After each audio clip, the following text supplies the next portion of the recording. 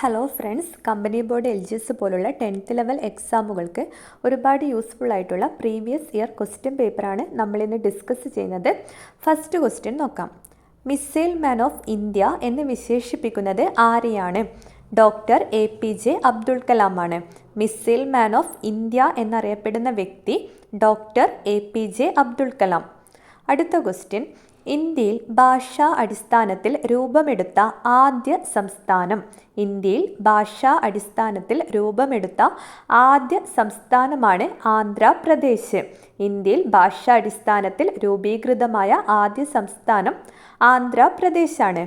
പ്രധാനമന്ത്രി നരേന്ദ്രമോദി പാർലമെന്റിൽ പ്രതിനിധീകരിക്കുന്ന ലോക്സഭാ മണ്ഡലം ഏതാണ്? വാരണാസിയാണ്.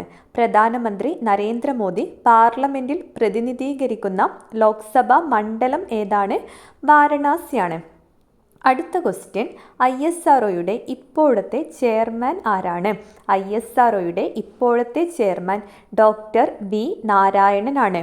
ISROയുടെ ഇപ്പോഴത്തെ ചെയർമാൻ ഡോക്ടർ V നാരായണനാണ്. തമിഴ്നാട് സ്വദേശിയാണ്. അടുത്ത ക്വസ്റ്റ്യൻ, ഇന്ത്യയിലെ വിവിധ നദീതട പദ്ധതികളും അവയുടെ നദികളും ചുവടെ നൽകിയിട്ടുണ്ട്. ശരിയായ ജോഡി കണ്ടെത്തുക.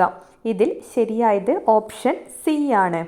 ഓക്കെ, ഓപ്ഷൻ സി ആണ് ഇതിൽ കറക്റ്റ് ആൻസർ. നമുക്ക് നോക്കാം. ഹിരാക്കുഡ്. ഹിരാക്കുഡ് ഏത് നദിയിലാണ്? മഹാനദിയിലാണ്. ഹിരാക്കുഡ് മഹാനദിയിലാണ്. സർദാർ സരോവർ നർമ്മദ നദിയാണ്. സർദാർ സരോവർ നർമ്മദ നദിയാണ്. കൃഷ്ണരാജ സാഗർ കാവേരി നദിയാണ്. കൃഷ്ണരാജ സാഗർ കാവേരി നദിയാണ്. നിസാം സാഗർ ഗോദാവരിയാണ്.